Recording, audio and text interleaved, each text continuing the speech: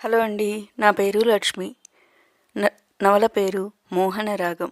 రచన మీరా లక్ష్మి గారు. మోహన రాగం 11వ భాగం.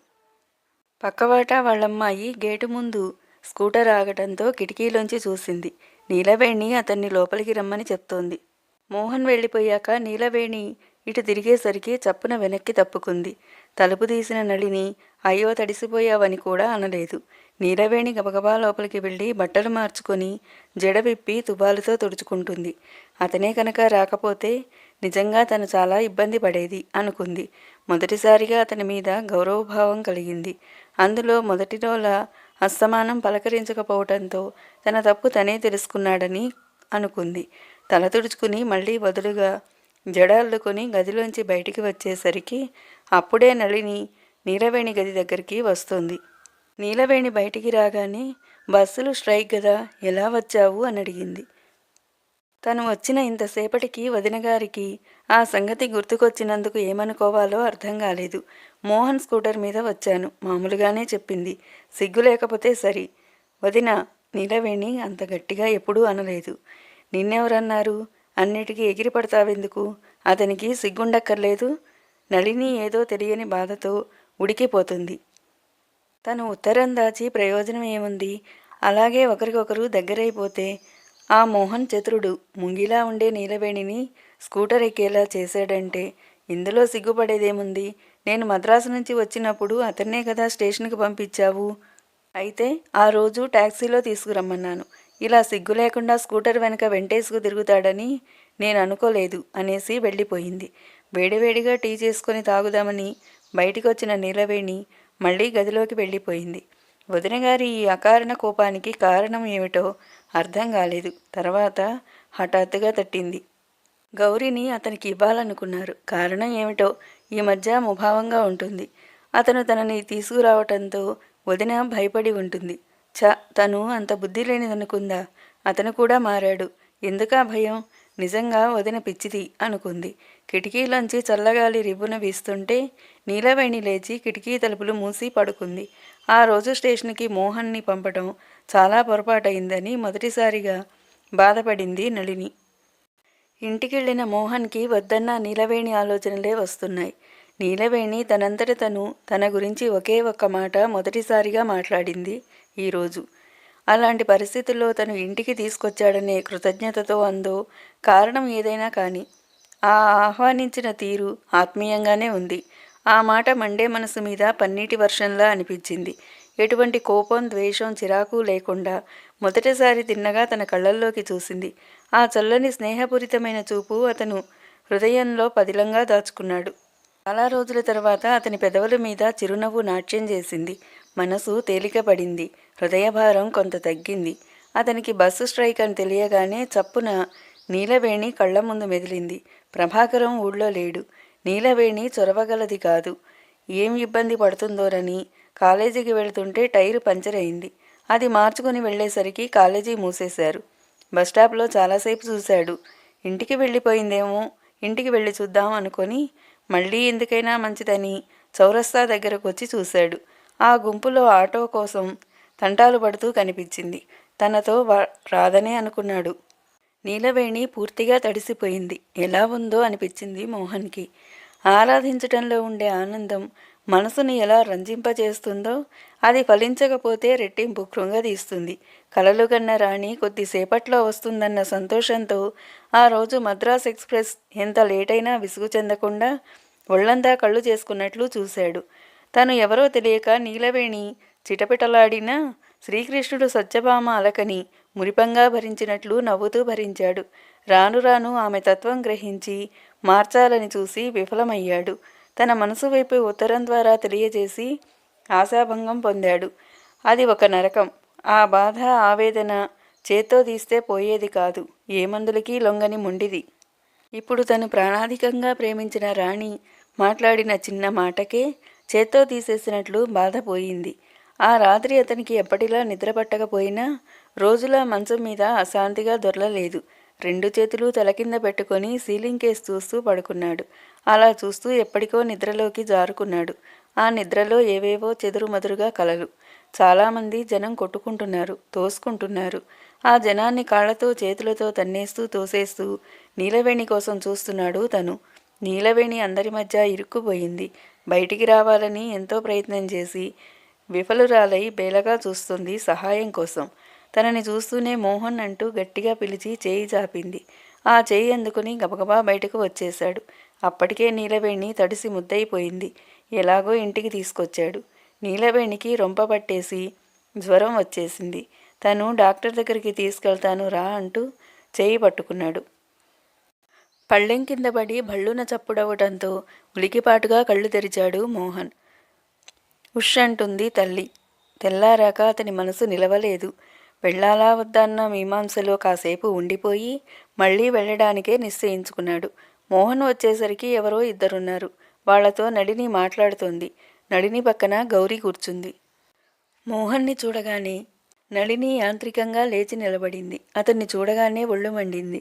ప్రభాకరం వచ్చాడా అని అడిగాడు. ఆదివారం కానీ రారు అంది. మర్యాదకైనా కూర్చోమని అనలేదు. అది వరకు మనసులో ఎంత కోపం ఉన్నా ముభావంగానైనా 2 మాటలు మాట్లాడేది. రాగానే కూర్చోమనేది. క్రితం రోజు నీలవేణిని స్కూటర్ మీద తీసుకురావటంతో ఇతని రాక పూర్తిగా ఆపేయాలనుకుంది. సిగ్గున్నవాడైతే ఈ పాటికి తన రాక ఈ ఇంట్లో ఇష్టం లేదని తెలుసుకునే ఉంటాడని అనుకుంది. నీలవేణి ఎలా ఉందో అతని మనసు ఆరాటపడింది. ఆరాటంగా వెతుకుతున్న అతని కళ్ళకి తననే చూస్తున్న గౌరీ కనపడింది. సరే వెళ్తాను అనేసి వచ్చేశాడు. నళిని నిర్లక్ష్యం ఇప్పుడు అతను బాగా గ్రహించాడు. మోహన్ మాట వినపడినా నీలవేణి బయటికి రాలేదు. తలపోటు ఒళ్ళు నొప్పులు. బలవంతంగా లేచి తయారవుతుంది. రాత్రి అలాగే నిద్రపట్టేయటంతో అన్నం తినలేదు. నీరసంతో ఒళ్ళు తూలుతోంది. ఇంట్లో ఉండి వదినగారి సాధింపులు భరించే కన్నా ఎలాగో ఓపిక చేసుకుని కాలేజీకి వెళ్ళడమే మంచిదనిపించింది. ఎవరతను? మోహన్ వెళ్ళిపోగానే సుందరంగారు అడిగారు. ఇతను చిన్నప్పుడు మా మామగారి దగ్గర వారాలబ్బాయిగా ఉండేవాడు. చదువు కూడా ఆయనే చెప్పించారట అంది. ఆ మాటలు వింటున్న నీలవేణి తెల్లబోయింది. మొన్నటిదాకా విష్ణుమూర్తిలా కొలిచే మోహన్ని వారాలబ్బాయి అని నిర్లక్ష్యంగా చెప్తున్నది అని. ఏం చేస్తున్నాడు? మళ్ళీ అడిగాడాయన. బ్యాంకులో. అతని విషయం మాట్లాడడం ఇష్టం లేని దానిలా లేచి స్నానం చేయి మావయ్య, తర్వాత శ్రీపతి చేస్తాడు, టిఫిన్ చేద్దురు గాని అంది. మళ్ళీ టిఫిన్ ఎందుకు చేశావు? ఏకంగా భోజనం చేసేవాళ్లంగా అన్నాడు లేస్తూ. ఇద్దరూ స్నానాలు చేసి వచ్చారు. వాళ్ళు టిఫిన్ తీసుకుంటూ మళ్ళీ కబుర్లలో పడ్డారు. గౌరికి సంబంధాలు చూస్తున్నారా అని అడిగాడాయన. వాకపు వరకే చేస్తున్నారు. ఇంకా ఎవరికీ పిల్లని చూపించలేదు. నీ ఎరికలో ఏమైనా సంబంధం ఉంటే చెప్పు అంటూ శ్రీపతి కేసి చూసింది. శ్రీపతి గౌరిని చూస్తున్నాడు. గౌరి ప్లేటులో ఉన్న టిఫిన్ని స్పూన్తో అటు ఇటూ జరుపుతోంది. గౌరికి మొదటి చూపులోనే శ్రీపతి నచ్చాడు. సుందరంగారు ఊపిరాడకుండా చేసే బిజినెస్ విషయాలు ఆయన చెప్తుంటే నళిని గౌరీ అదృష్టం కళ్ళ ముందు మెదిలింది. ఎలాంటి వరుడు కావాలో చెప్పు గౌరీ.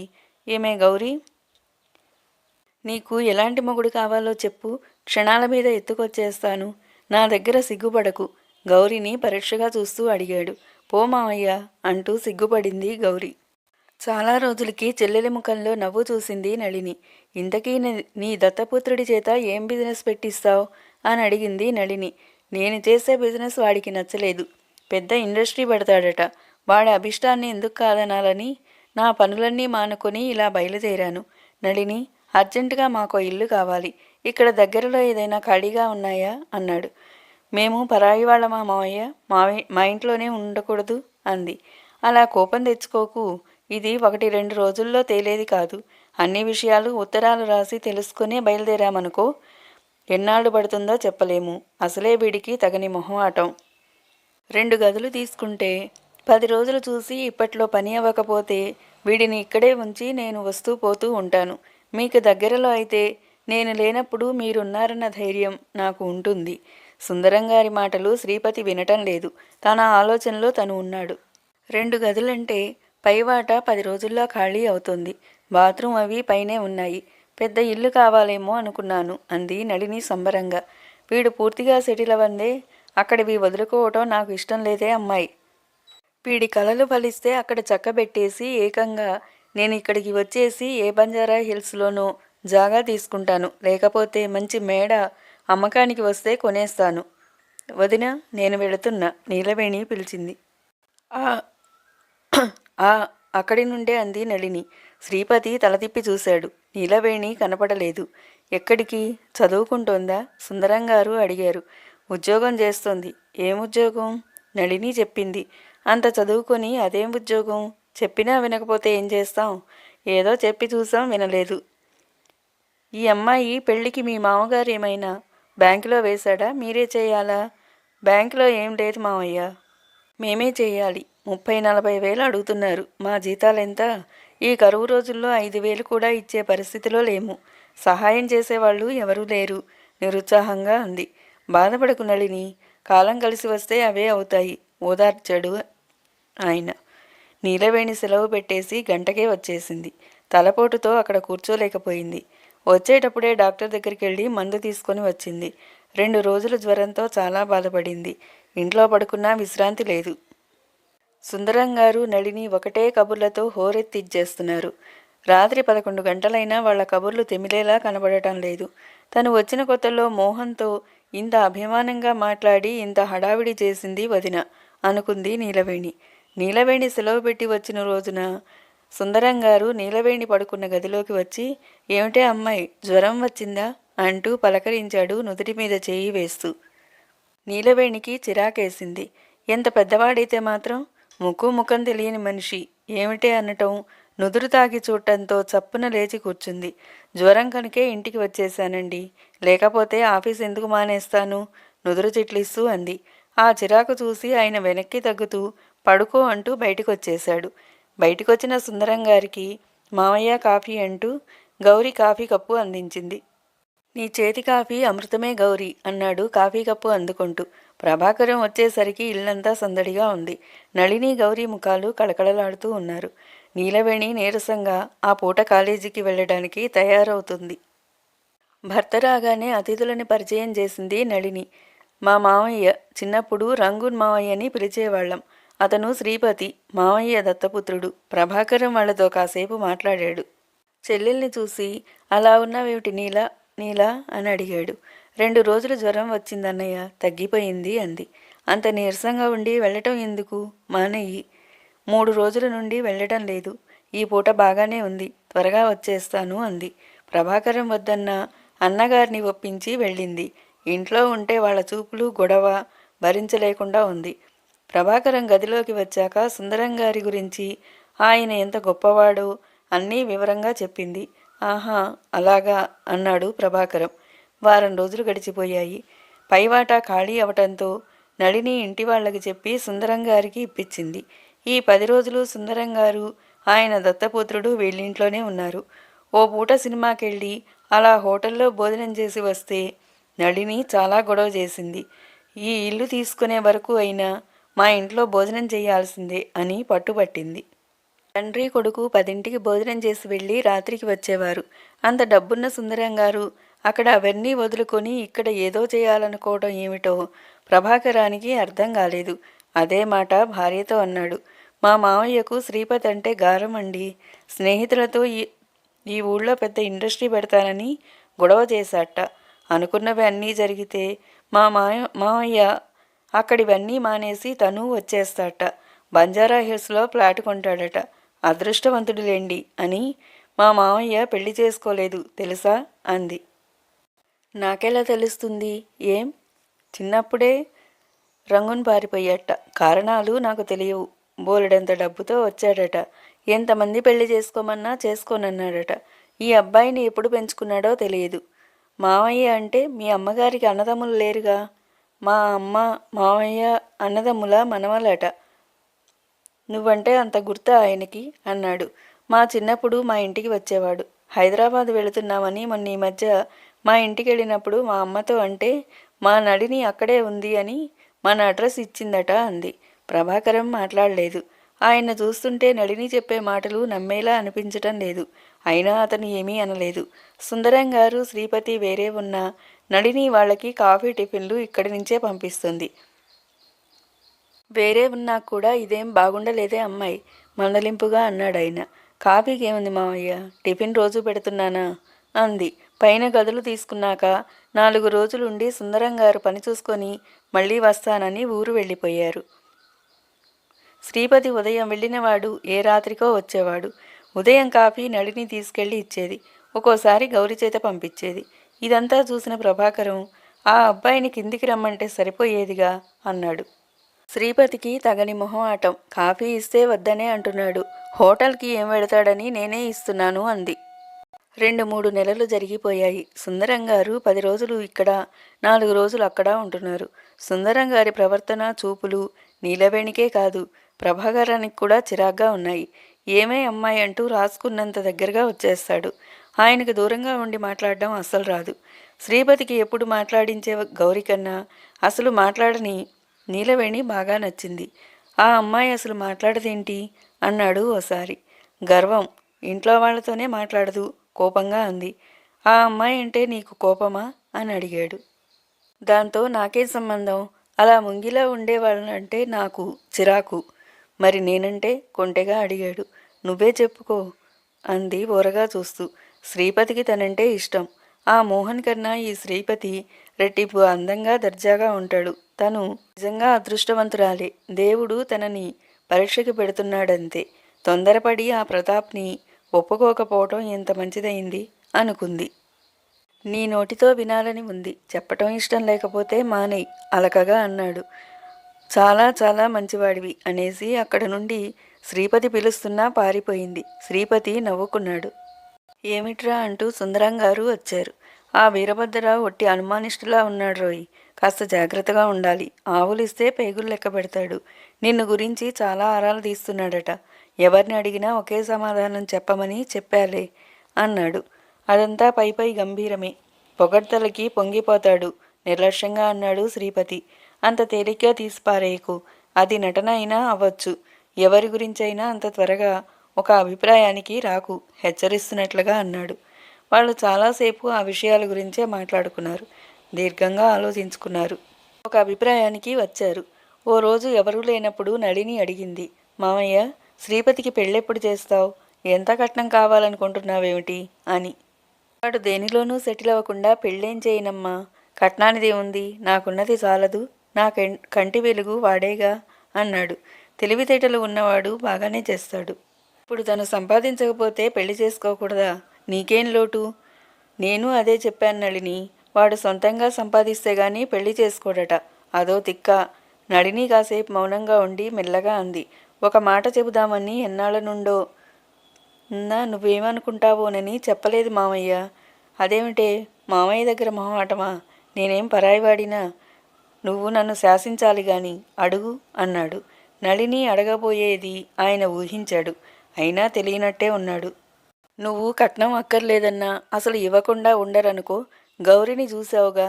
నీకు శ్రీపతికి ఇష్టమైతే దాన్ని నీ కోడల్ని చేసుకోవాలని అంటూ ఆయన ముఖంలోకి చూసింది. ఆయన ఇందాకటిలాగే మామూలుగానే ఉన్నాడు.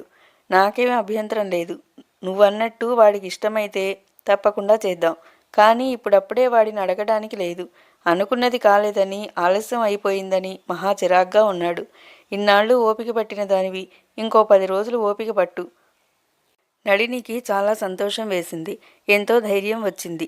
నువ్వు ఆ మాట అన్నావు, అదే చాలు. శ్రీపతికి ఇష్టమైతేనే. నీ దగ్గర దాపరికం ఎందుకు మామయ్య? అన్నయ్యలు పూర్తిగా పట్టించుకోవడం మానేశారు. అమ్మకి ఇదే దిగులు పట్టుకుంది. డబ్బు లేకపోతే మనిషికి విలువే లేకుండా పోతోంది. నువ్వేం దిగులు పడకు నళిని. ఘటన ఉంటే మనం ఆపినా ఆగదు. మొన్న మీ అమ్మ ఏమీ అనలేదు. అయినా నేను ఉన్నదే 2-3 గంటలున్నాను. మీ నాన్న పోయాక ఎప్పటికప్పుడే వద్దామని రాలేకపోయాను. ఉన్న కాసేపు ఆ విషయాలే మాట్లాడుకున్నాం ఓదార్పుగా అన్నాడాయన. నళినికి చాలా ధైర్యంగా, నమ్మకంగా అనిపించింది. ఆయనకు అభ్యంతరం లేదన్నాడు. శ్రీపతికి గౌరీ అంటే ఇష్టమే. అది వరకు మొహమాటంగా దూరంగా ఉండేవాడు గాని ఈ మధ్య తనే అడిగి 2-3 సినిమాలకి గౌరిని తీసుకెళ్ళాడు. అమ్మయ్య అనుకుంది. ఈ వార్త గౌరికి చెప్పింది. గౌరీ అన్నీ వింది కాబట్టి, శ్రీపతికి తనంటే ఇష్టం చూపిస్తున్నాడు కాబట్టి ధైర్యంగానే ఉంది. ఇన్నాళ్లకి తన కలలు పండబోతున్నాయి అనుకుంది. అక్కగారి మాటలకి నవ్వింది. తరువాయి భాగం మరో వీడియోలో. మా వీడియో నచ్చితే లైక్ చేయండి, షేర్ చేయండి, అలాగే సబ్స్క్రైబ్ చేయండి. Thank you all.